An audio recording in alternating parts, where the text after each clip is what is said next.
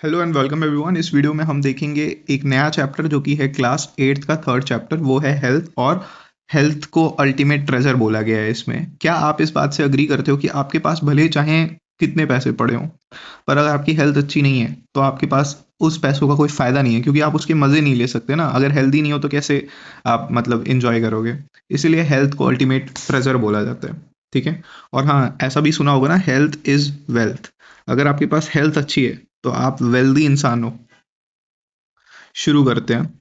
सबसे पहले तो मैं एक ऐसा सिनेरियो आपको देता हूँ कि मान लो ना, आपने आज से अच्छी पढ़ाई करके अच्छा सा कुछ जॉब सिक्योर कर लिया, 30s में हो आप, और 30s में आपको पता लगा आपको कोई बहुत बड़ी बीमारी हो गई। ठीक है। तो जो भी आपने अभी स्ट्रगल किया वो उधर जाके वेस्ट हो जाएगा, है ना। इसीलिए हेल्थ के ऊपर आपको ध्यान रखना है डे वन से। क्योंकि उससे ज़्यादा इंपॉर्टेंट, अगर आप थोड़ा कम पढ़ोगे ना तो भी एक अच्छी लाइफ सस्टेन कर लोगे अगर हेल्दी रहोगे तो। ये बहुत बड़ा फैक्ट बता रहा हूँ मैं। खैर, तो यहाँ पे क्वेश्चंस के साथ शुरू किया है। जानते ही हो बुक का नाम ही क्यूरोसिटी है, तो क्वेश्चन तो रहेंगे ही। How does your body respond to an infection such as common cold. तो अगर आपको कॉमन कोल्ड होता है, मान लो पानी में ज़्यादा देर तक रह गए, पैर गीले अगर हो जाते हैं तो उससे होता है, या फिर बारिश में नहाने से होता है, या फिर ठंडा पानी फ्रिज से पी लिया। ये सब तरीके हैं जिससे हमें कॉमन कोल्ड ईजिली हो जाता है। तो तब आपकी बॉडी कैसे रिस्पॉन्ड करती है। ठीक है। तो नॉर्मल है, एंटीबायोटिक्स लोगे ठीक हो जाते हो, 2-3 दिन रेस्ट करते हो, है ना। तो ये फर्स्ट क्वेश्चन हो गया। सेकंड क्वेश्चन की तरफ बढ़ते हैं। We rarely see see cases of the smallpox और पोलियो दीज डेज। ठीक है। But diseases like diabetes and heart problems are more common. देखो, ऐसा क्यों है, इसके पीछे का ना लॉजिक है। स्मॉल पॉक्स और पोलियो, जैसे कोई आप छोटे होगे तो आपको हुआ होगा, है ना। स्मॉल पॉक्स बोलते हैं चिकनगुनिया। और जो ये पोलियो है उसकी ड्रॉप भी आपने पी होगी, है ना। तो आपने एक जो फ्यूचर में बीमारी होनी थी, पोलियो, ठीक है, उसका पहले ही उसको पहले ही ख़त्म कर दिया, वैक्सीनेशन कर दिया, है ना। 2 बूंद पोलियो की, या आपने देखा होगा। तो क्या है कि वो फ्यूचर में नहीं होगी। इसका एक और एग्जांपल लेता हूँ। जैसे कोरोना हुआ था तो सबने वैक्सीनेशन किया था ना, तो उसकी वजह से वो डिसीजेस प्रिवेंट हो गई। इसीलिए स्मॉल पॉक्स और पोलियो अब इन दिनों में नहीं दिखता है, क्योंकि उसका वैक्सीन हमारे पास अवेलेबल है। डायबिटीज़ और हार्ट प्रॉब्लम्स इसलिए ज़्यादा कॉमन है क्योंकि उसका अभी ठीक ढंग से हमारे पास कोई ऐसा ऐसा ड्रॉप नहीं है। उसको 2 बूंद पी लो और आपका सारा डायबिटीज़ खत्म, आपका पूरा हार्ट प्रॉब्लम खत्म, ऐसा कुछ है नहीं। तो ये एक रीज़न है। ठीक है। वैसे ये जो क्वेश्चंस हैं ये एग्जाम में नहीं आएंगे। ये क्वेश्चंस बस उसने बोला है ऐसा ऐसा करो, मैं इसका आपको डिफाइन करके क्वेश्चन भी बता रहा हूँ, आंसर भी बता रहा हूँ, ताकि आपकी अंडरस्टैंडिंग डेवलप करे। नेक्स्ट है, could climate change lead to a new type of diseases. हाँ, ये ट्रू है। अब देखो, एक बार क्या हुआ, फैक्ट्री में 2 लोग काम कर रहे थे, एक मैं था एक मेरा दोस्त था। तो मेरी जो बॉडी है उसने सस्टेन कर लिया hot and humid temperature, up to 45 degree to 50 degree जा रहा था उधर, 45-47 ऐसे था। ठीक है। तो मेरी बॉडी ने उसको झेल लिया। पर मेरा जो सामने दोस्त था वो घर से ज़्यादा बाहर निकला नहीं है कभी लाइफ में, ठीक है, और वो डायरेक्ट जॉब पे आया फैक्ट्री में। तो उसकी बॉडी उसे अडॉप्ट नहीं कर पाई उतनी गर्मी को, और उसे बहुत सारे स्पॉट्स, रेड स्पॉट हो गए अब उसके शरीर पे। तो क्या climate change new type of diseases को जन्म दे रहा है? बिल्कुल दे रहा है। How do emotions like stress और worry affect us and make us sick. ये सही बात है। अगर आप घबराए रहोगे ना, मान लो कल एग्जाम है, लोगों की फट जाती है, भाई कल एग्जाम है, क्या होगा भाई, है ना। अंदर से एक एनजाइटी होने लगती है। अब मैं अपना केस बताऊँ तो जैसे मान लो नेक्स्ट वीक या ऐसा कोई एग्जाम रहता था, और तब मैंने कुछ खा लिया तो मेरे को पक्का पेट में दर्द होने लगता था, है ना। ये बहुत कॉमन था। तो स्ट्रेस नहीं लेना चाहिए। जैसे जैसे धीरे धीरे आप सेटल होते जाते हो, आपको लगता है आप अच्छा करते जाते हो, अच्छे स्कोर आते जाते हो, तो आपको लगता है ठीक है यार, एग्जाम ही है, निकल जाएगा, इतना कोई बहुत बड़ी बात नहीं है उसमें, है ना। तो वैसे ही लेना चाहिए एग्जाम्स को, एक नॉर्मल एग्जाम की तरह लो भाई। Why do some groups of people get affected more than others during the disease outbreak. इसके पीछे का रीज़न है, देखो क्वेश्चन ये बोल रहा है कि कुछ लोग ज़्यादा ही बीमार पड़ते हैं, कुछ लोग नहीं उतना बीमार पड़ते हैं। इसके पीछे का रीज़न है इम्यूनिटी, आपकी डाइट, आप कितना न्यूट्रिशियस खाना लेते हो, आपके जेनेटिक्स भी। ठीक है। तो इस चीज़ को कैसे सही कर सकते हो कि आप ना बीमार पड़ो इम्यूनिटी बूस्ट करके? इसके लिए आप मल्टीविटामिन्स ले सकते हो, और इसके अलावा जो कंप्लीट डाइट है वो ले सकते हो, जिसमें आपको B1 B2 B12 तक सब कुछ मिले। ठीक है। Health, is it more than not falling sick. Why do the news clippings on the notice board tell you about the people's health in our country? Is being healthy just about not having diseases? Health also include feeling good physically, staying positive, and having strong relationships. A healthy person takes care of their body, maintains a positive mindset, and enjoys the social life. Let us now explore what it truly means to be healthy. अब देखो ना, यहाँ पे बहुत important definition दे दी कि health is not just being, ऐसा कि आपको कोई डिसीज नहीं है, ठीक है।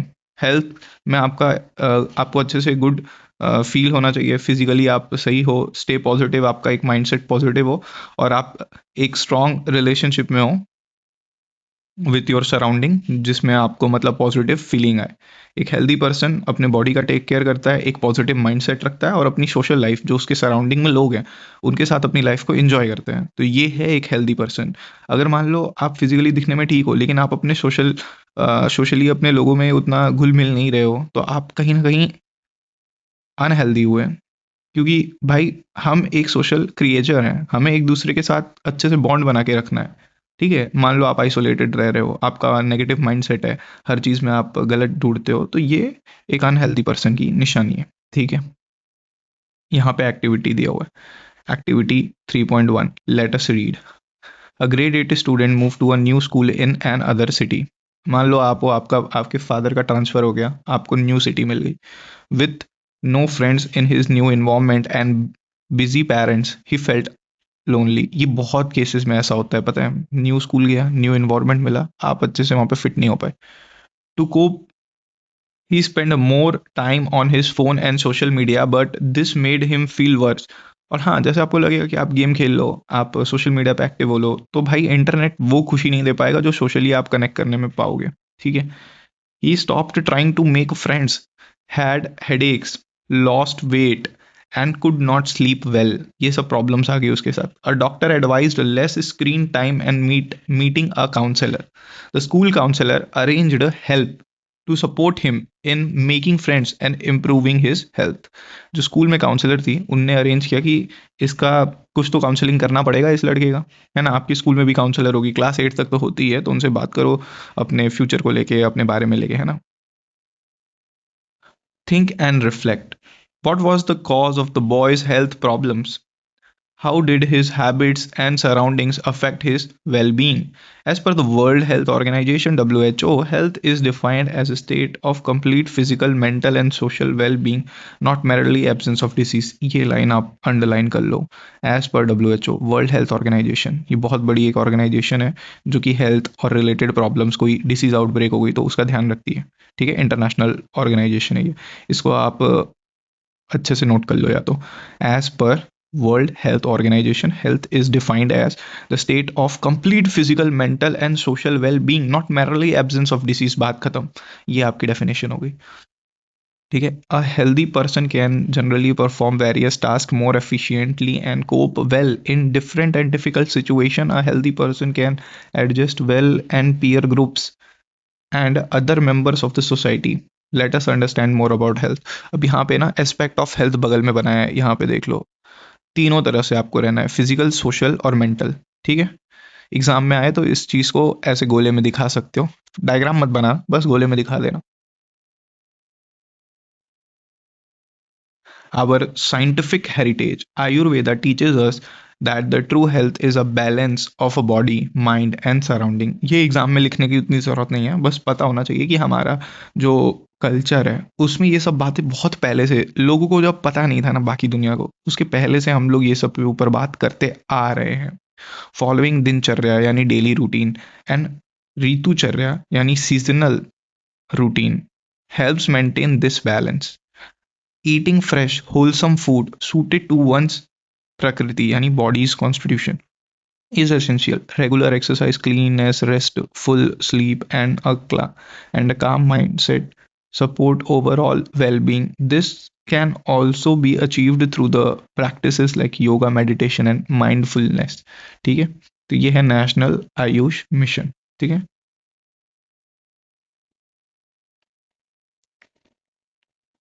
इसमें आयुष का ना एक फुल फॉर्म होता है, क्लास 8 पॉइंट ऑफ व्यू से वो जानना इंपॉर्टेंट नहीं है, लेकिन ऐसा एक इसका फुल फॉर्म होता है। एक सेकेंड मैं आपको इसका फुल फॉर्म बताता हूँ। इसमें क्या रहता है कि ए ए से इसका रहता है आयुर्वेदा मान लो, वाई से आपका रहता है योगा मान लो, और ए वाई यू, यू से यूनानी रहता है, ठीक है।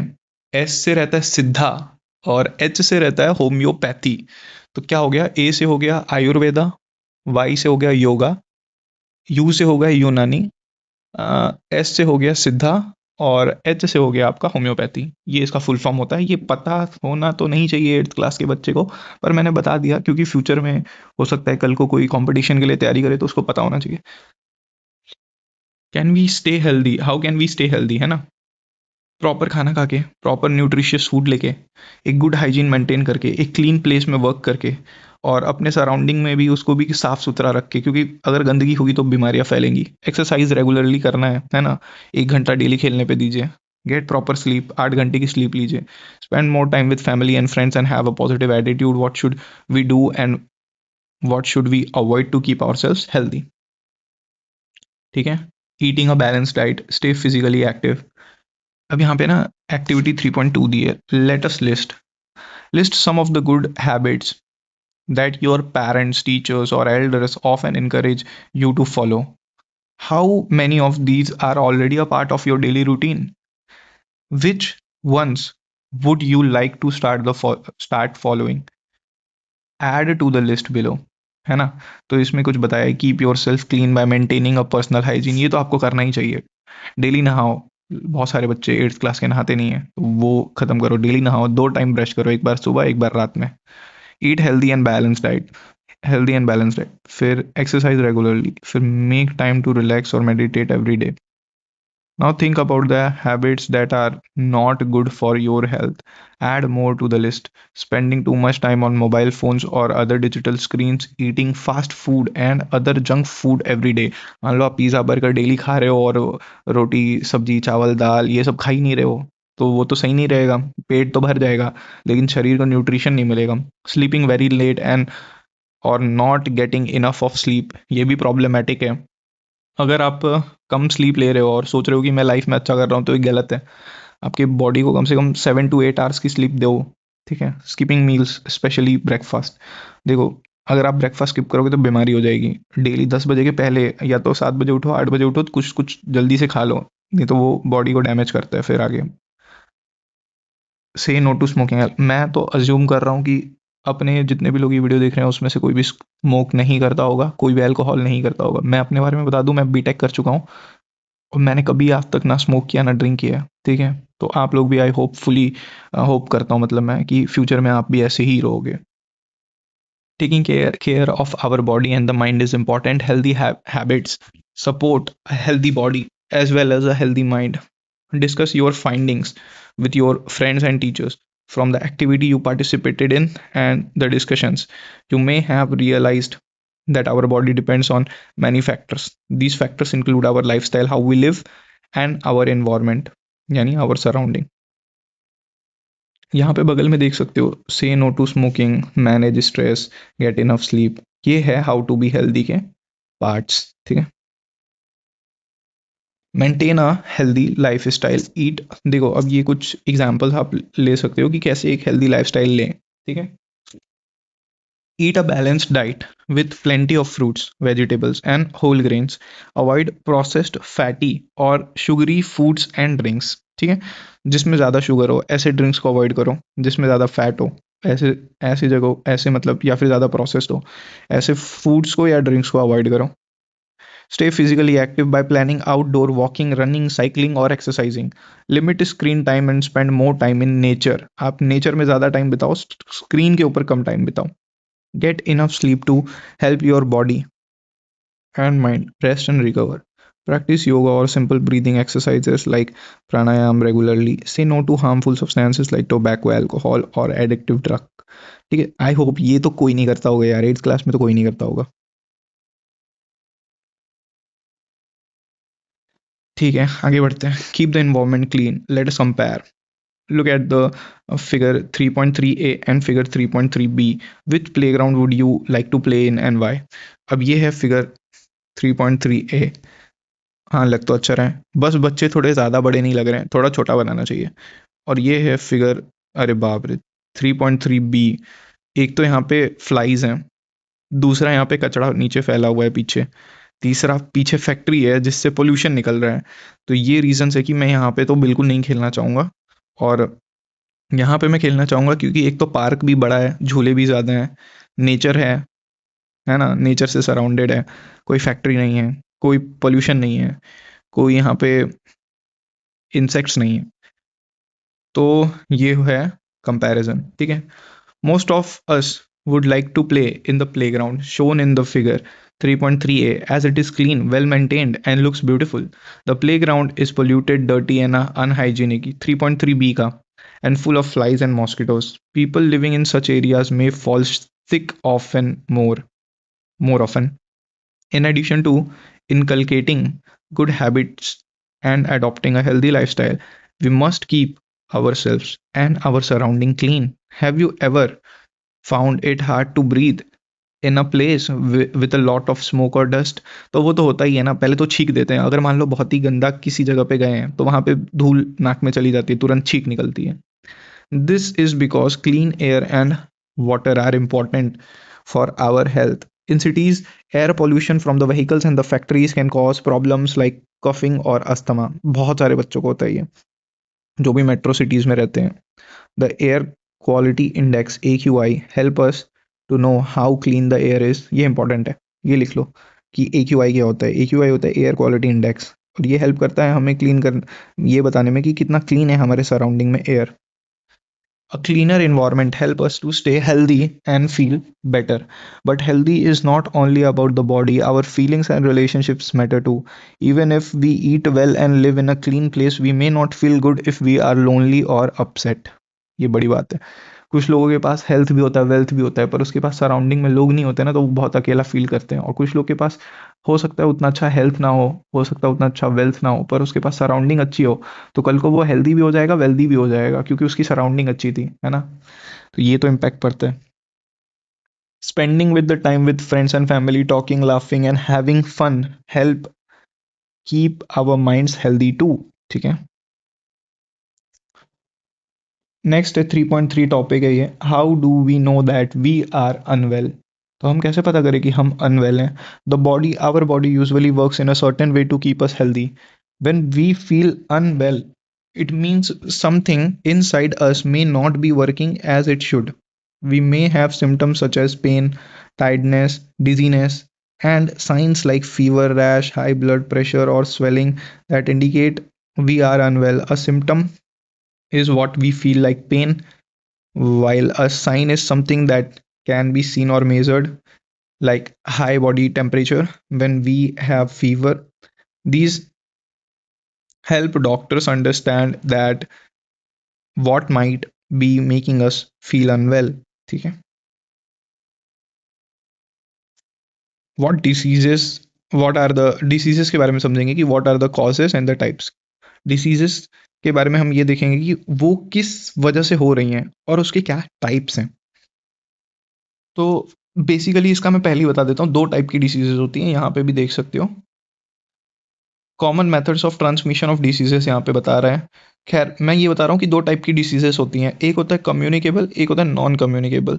कम्युनिकेबल जो एक आदमी से दूसरे आदमी में, या फिर एक जानवर से दूसरे आदमी में, या फिर एक जानवर से दूसरे जानवर में, या फिर आदमियों से भी जानवर में, ऐसे करके मतलब कम्युनिकेबल हो, एक से दूसरे में पहुंच जाए। नॉन कम्युनिकेबल जो एक आदमी के अंदर ही रहता है, वो स्प्रेड नहीं हो सकता। ये दो टाइप की हैं, ठीक है। अब इसके बारे में थोड़ा पढ़ लेते हैं। A disease is a condition that affect the normal working of the body और the mind. It can happen when one or more organs or organ systems stop functioning properly. Some diseases are caused by germs like bacteria, viruses, fungi, worms, or even by the protozoa, यानी single celled organisms. These diseases causing organisms are called pathogens. वो organisms जो कि disease को फैलाते हैं, चाहे वो bacteria हो, वायरस हो, फंजाई हो, वर्म हो, या प्रोटोजोआ हो, जो कि सिंगल सेल ऑर्गेनिजम्स होते हैं, उन्हें हम पैथोजेंस बोलते हैं, क्योंकि वो डिसीज कॉजिंग माइक्रो ऑर्गेनिजम्स होती हैं। Other diseases may result from the poor nutrition or an unhealthy lifestyle. Some diseases last for a short time while other can continue for a long time and need a regular treatment or care. Diseases can be grouped into two major types based on their causes and how they are spread. तो यहाँ पे एक classification दिया है non communicable diseases और communicable diseases का, और ये एग्जाम में ज़रूर आएगा, इसको अच्छे से लिख लेना, रट लेना। शुरू करते हैं। Non communicable diseases, some diseases like the cancer, diabetes और asthma are not caused by the pathogens and do not spread from one person to another. They are usually link to the lifestyle, diet और environment. तो ये होते हैं non communicable, जो कि आप अच्छे से कोई खाना नहीं खाओ तो उसकी कमी की वजह से हो गई, विटामिन की किसी कमी की वजह से हो गई, या फिर आपके अंदर कोई ऐसा लाइफस्टाइल में, डाइट में या एनवायरमेंट में कोई कमी है उसकी वजह से हो गई, तो ये होते हैं नॉन कम्युनिकेबल। आई होप यहाँ तक क्लियर होगा, इसका स्क्रीनशॉट ले लो, इसको रट लो। नेक्स्ट है communicable. Communicable diseases caused by the pathogens are called the communicable diseases. ये डिसीजेस वो डिसीजेस हैं जो कि पैथोजेंस के द्वारा कम्युनिकेट करी गई हैं। They can spread from one person to another. Some examples of the communicable diseases are typhoid, dengue, flu, chickenpox and COVID-19. COVID-19 भी एग्जाम्पल में अब बुक वाले यूज़ करने लगे, एनसीईआरटी की बहुत बड़ी बात है ये, तो इसको भी रट लो। ठीक है, यहाँ पे कॉमन मेथड्स ऑफ ट्रांसमिशन देख सकते हो। कुत्ते ने काट दिया किसी को तो उससे हो गया, ठीक है। कोई मॉस्किटो आके काट दिया, कोई इंसेक्ट आके काट दिया, कोई आपने स्पॉइल फूड खा लिया, यानी उसमें गंदा मटेरियल से खाना बना था वो खा लिया, फूड पॉइजन हो गया, है ना। तो ये सब तरीके हैं, इन्फेक्टेड पर्सन से एक हेल्दी पर्सन में फैल सकता है। ठीक है। In the recent years, non-communicable diseases like diabetes, heart diseases, and cancer have become more common in India, and this is happening because of the changes in the people how we live, such as eating more processed food, getting less exercise, and living longer lives. Today, most deaths in India are caused by NCDs, non-communicable diseases.